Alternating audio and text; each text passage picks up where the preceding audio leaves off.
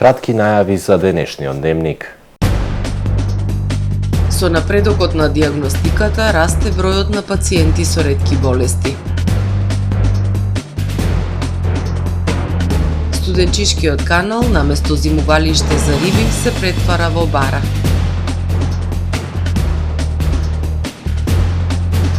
Нашата визија за Охрид е модерен град, град на УНЕСКО, порача кандидатот за градоначалник од СДСМ и коалицијата Асен Шајн.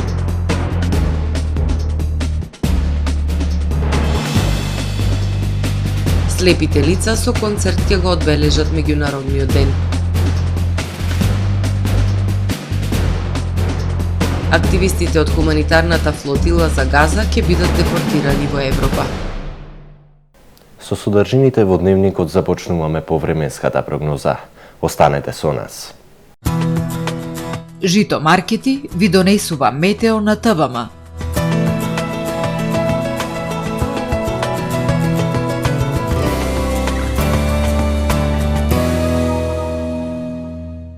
Денеска во Охрид имавме облачно време со пообилни врнежи од дожд и максимална дневна температура од 9 степени Целзиусови.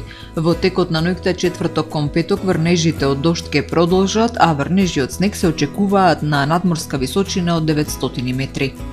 Утре над британските острови ќе се наоѓа центар на длабок циклон кој што во северна и северозападна Европа ќе услови облачно и нестабилно време со врнежи од дожд кои ќе бидат проследени со силен ветар со удари до 100 км на час.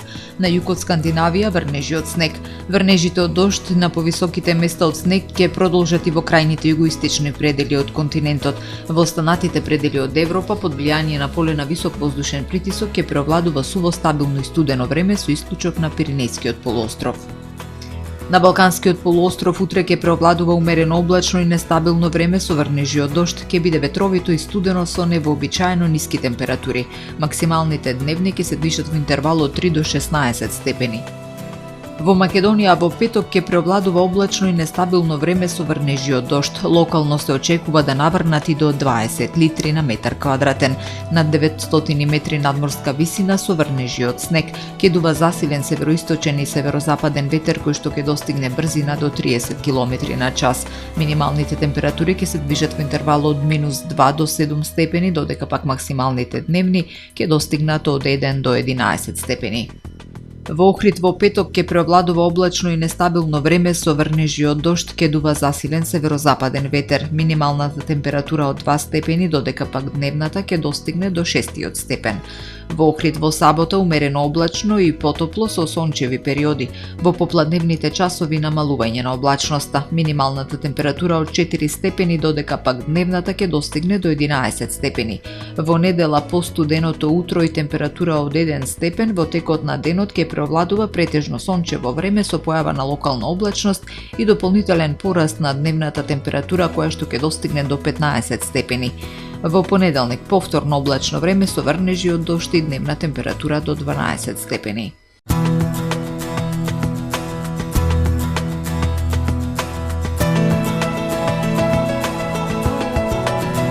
Гледавте метео на ТВМ по соработка со Трпе Инвест.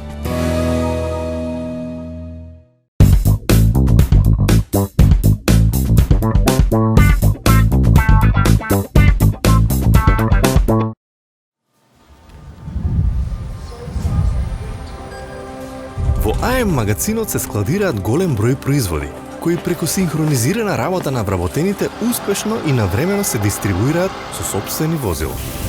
Кујната Анабела е веќе добро позната по неодоливиот вкус на домашни готвени јадења, како и кетеринг услуги за секакви настани. Секое утро нека ви започне со вкусните пецива од пекара Тамаро. Тамаро левот стана препознатлив бренд кај потрошувачите. Зеленото пазарче изобилува со разновидни свежи зеленчуци и овошје. За вас, потрошувачите. Месарата Тамаро го има стандардот за најсвежо месо и месни производи. А во рибарницата секогаш може да најдете свежа риба и морски плодови. Располагаме со посебен дел за здрава, органска храна и голем избор на суплементи. Зад успехот на компанијата стои менаџерскиот тим на Тамаро Холдинг, кој со постојани обуки гради тимски успех на целата компанија. го создадовме најголемиот хипермаркет според вашите потреби, бидејќи Тамаро маркетите се повеќе од маркет. Благодарение на вас, верните и лојални потрошувачи.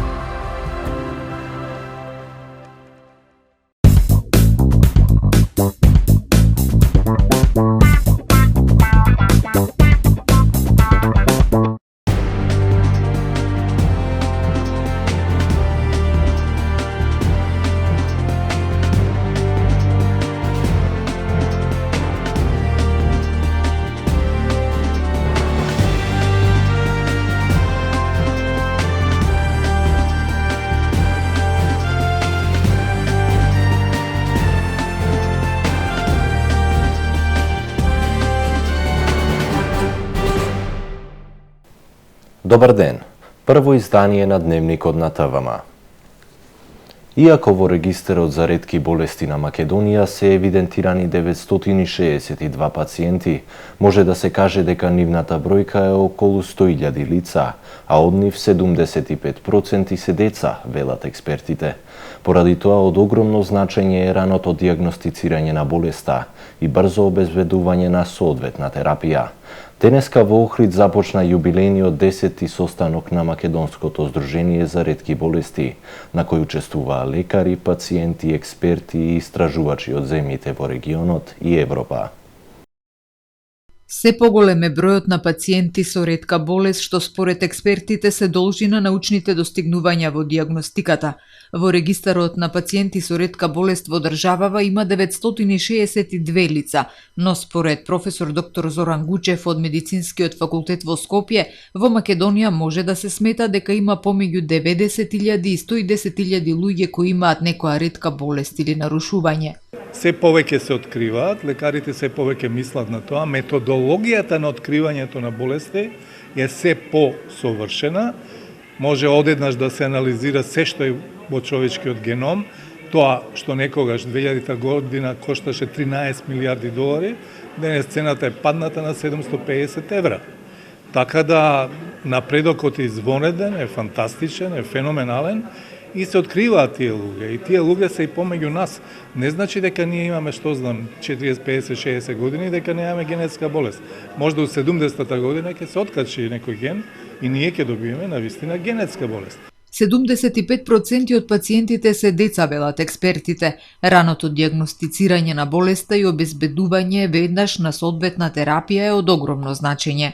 Фондот за здравствено осигурување одвои повеќе средства за да имаме повеќе дијагностика. Ако имаме повеќе дијагностицирани пациенти, некој од пациентите со невромускулни заболувања треба да ја почнат терапијата следниот ден од како ќе бидат дијагностицирани, бидејќи со секој поминат ден умира дел од невроните и настапува болеста во се полоша слика. Затоа, тоа што јас го ветив е дека дента кога ќе имаме дијагностицирано ново дете со спинална мускулна атрофија или некоја друга невромускулна болест, следниот ден комисијата ќе заседава и ќе бидат обезбедени средства за тоа дете.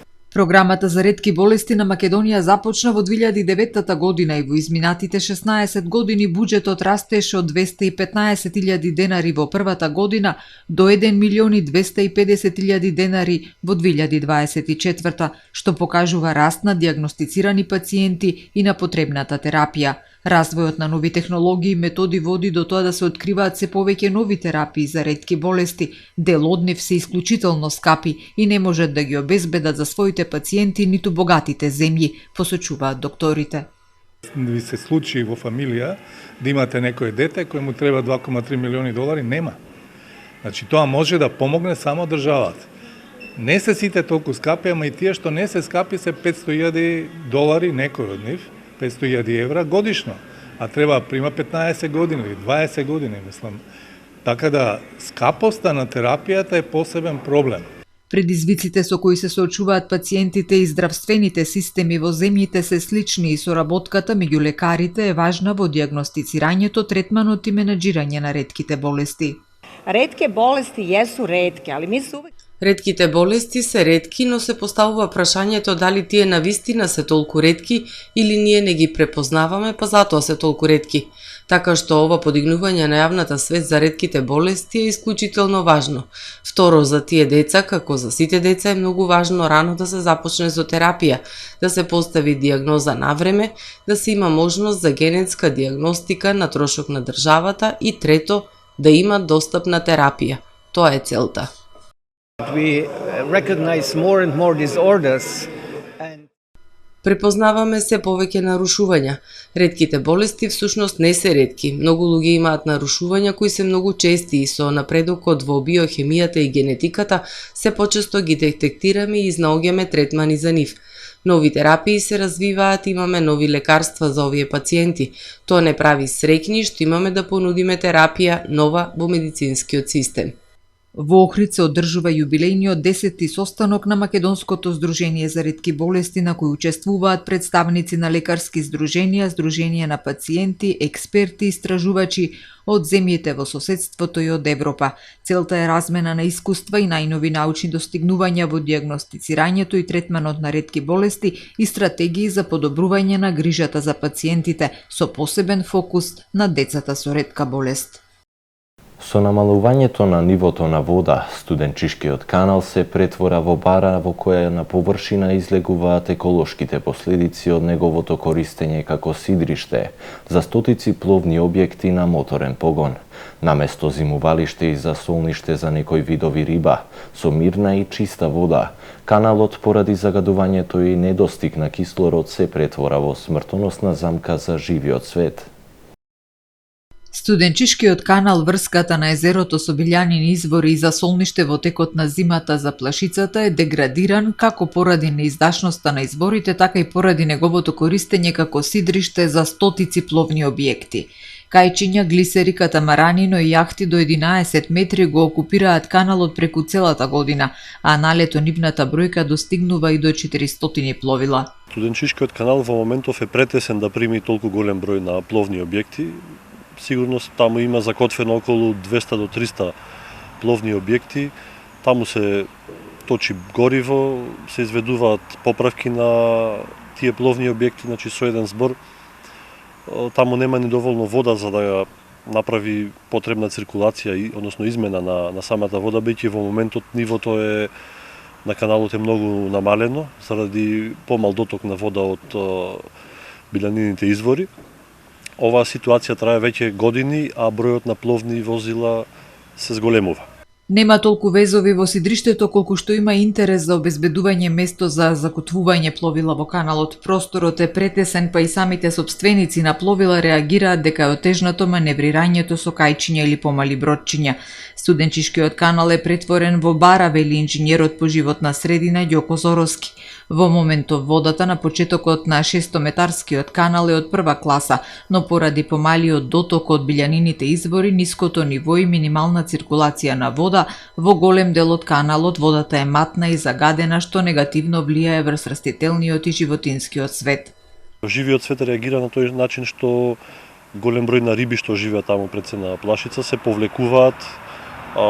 Таму има малку, значи, флора и фауна, токму заради големото загадување од хемикали пред се од гориво и вознемирување секако на живиот свет од моторите на пловните објекти. Каналот е познат како зимовник на рибата пред се на Плашицата и во текот на зимскиот период таму има голема концентрација на плашица. Често пати во текот на зимата доаѓа и до недостиг на кислород, па до помор на плашица, па потоа се ставале пумпи за да се направи аерација на таа вода. Зороски смета дека решението треба да биде дислоцирање на сите пловни објекти од каналот и изградба на современа марина, со што покрај избегнување на еколошки последици ќе се овозможи и развој на наутички туризам и поголема употреба на пловни објекти кои не загадуваат како што се сѐ поатрактивните едрилици.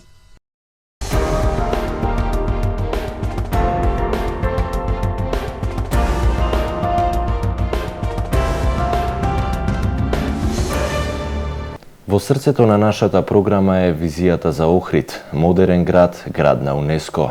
Порача денеска кандидатот за градоначалник од СДСМ и коалицијата Асен Шаин. Тој посочи низа капитални зафати, со чија реализација, како што рече, Охрид ќе стане модерен град, но воедно ќе ја задржи својата душа, убавина и своето значење. Време е Охрид да добие нов лик, достоен за неговата историја и културно богатство, порача на денешната пресконференција кандидатот за градоначалник од СДСМ и коалицијата Асен Шајн. Нашата визија Охрид, модерен град, град на УНЕСКО, е проект што го ставаме во срцето на нашата програма, затоа што знаеме што значи Охрид за цела држава, а и за светот пошироко. Овај проект значи модернизација со почит кон традицијата. Ке работиме на тоа, Охрид да стане поуреден, почист, со повеќе зелениво, со организиран сообраќај, со повеќе култура, простор за одмор и уживање, но сето тоа без да нарушиме неговата автентичност. Шајн посочи неколку капитални зафати кои ги опфаќа проектот, како обнова на старото градско јадро со автентичен изглед, преуреден кеј и плоштад, со повеќе простор за пешаци и зеленило, уредени, пристапни и чисти плажи, велосипедски патеки за безбедно и еколошко движење, отворена сцена за културни настани, затоа што Охрид заслужува да биде културна сцена цела година. Сето ова ќе се прави во соработка со УНЕСКО, со стручњаци од земјата и странство и секако со граѓаните, потенцира Шајн. Ке се консултираме, ке слушаме предлози и ке работиме транспарентно. Овој проект нема да го разубави само Охрид. Тој ќе донесе повеќе туристи, повеќе настани, повеќе живот во градот и нова енергија за сите нас. Време е да покажеме дека знаеме да го чуваме тоа што ни е свето, но и да одиме напред, достоинствено и паметно. Шајн ја побара поддршката од своите сограѓани за, како што рече, да го направиме Охрид модерен, но при тоа да ја задржи својата душа, својата убавина и своето значење.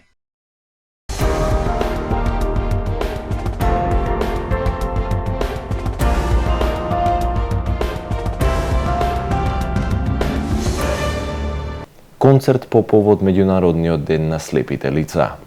Сдруженијето на слепи лица Охрид во соработка со општина Охрид по повод Меѓународниот ден на слепите лица организира концерт на културно-уметничкото друштво на слепи лица Билјана, кое функционира во склоп на Националниот сојуз на слепи лица на Македонија.